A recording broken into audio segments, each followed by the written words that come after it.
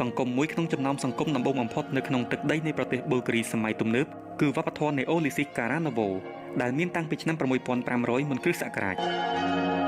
ប៊ុលហ្គារីគឺជាប្រទេសអភិវឌ្ឍន៍មួយដែលមានសេដ្ឋកិច្ចចំណូលមធ្យមកម្រិតខ្ពស់និងជាប់លេខ56នៅក្នុងសន្ទុះអភិវឌ្ឍន៍មនុស្សសេដ្ឋកិច្ចទីផ្សាររបស់ប៊ុលហ្គារីគឺជាផ្នែកនៃទីផ្សារតែមួយនៅអឺរ៉ុបហើយភាគច្រើនគឺពឹងផ្អែកលើវិស័យសេវាកម្មការជីកយករ៉ែកសិកម្មនិងឧស្សាហកម្មជាពិសេសគឺការផលិតម៉ាស៊ីន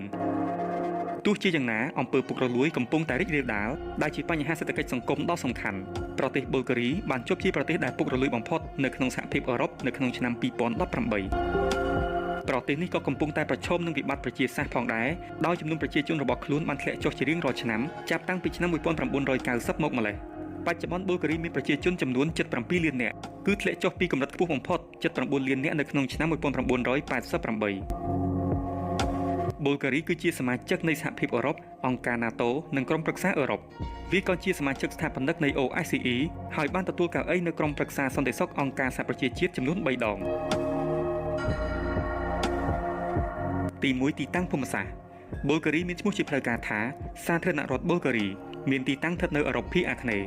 វាកាន់កាប់ផ្នែកខាងកើតទាំងមូលនៃបាល់កង់ហើយមានព្រំប្រទល់ជាប់នឹងប្រទេសរ៉ូម៉ានីនៅភាគខាងជើងប្រទេសសេប៊ីនិងម៉ាសេដូនីខាងជើងនៅភាគខាងលិចប្រទេសក្រិចនិងទូគីនៅភាគខាងត្បូងនិងសមុទ្រខ្មៅស្ថិតនៅភាគខាងកើតប៊ុលហ្គារីមានផ្ទៃដីសរុប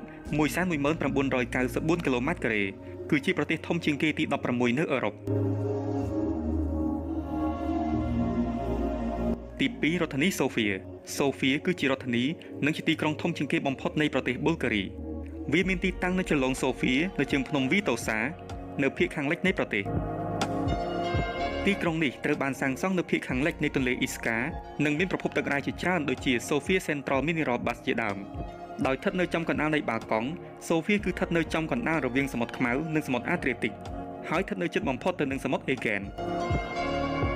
រដ្ឋធានីសូហ្វៀគឺជាតំបន់នៃជម្រកមនុស្សតាំងពីយ៉ាងហោចណាស់7000ឆ្នាំមុនគ្រិស្តសករាជនៅពេលដែលវាត្រូវបានតាំងទីលំនៅដំបូងដោយកុលសម្ព័ន្ធស្រាសៀនសូហ្វៀដើមឡើយត្រូវបានគេហៅថាសឺឌីកាប៉ុន្តែក្រោយមកត្រូវបានគេស្គាល់ថាអូលភាសឺឌីកាវាត្រូវបានប្តូរឈ្មោះទៅជាសូហ្វៀនៅសតវត្សទី14សូហ្វៀគឺជាទីក្រុងធំជាងគេទី14នៅក្នុងសហភាពអឺរ៉ុប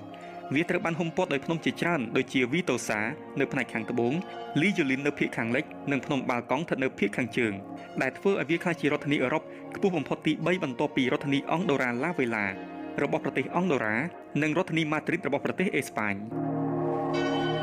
ក្នុងនាមជាទីក្រុងបុព្វបុរសរបស់ប្រទេសប៊ុលហ្គារីសូហ្វៀគឺជាផ្ទះរបស់សាកលវិទ្យាល័យក្នុងស្រុកសំខាន់ៗជាច្រើនស្ថាប័នវប្បធម៌និងក្រុមហ៊ុនពាណិជ្ជកម្ម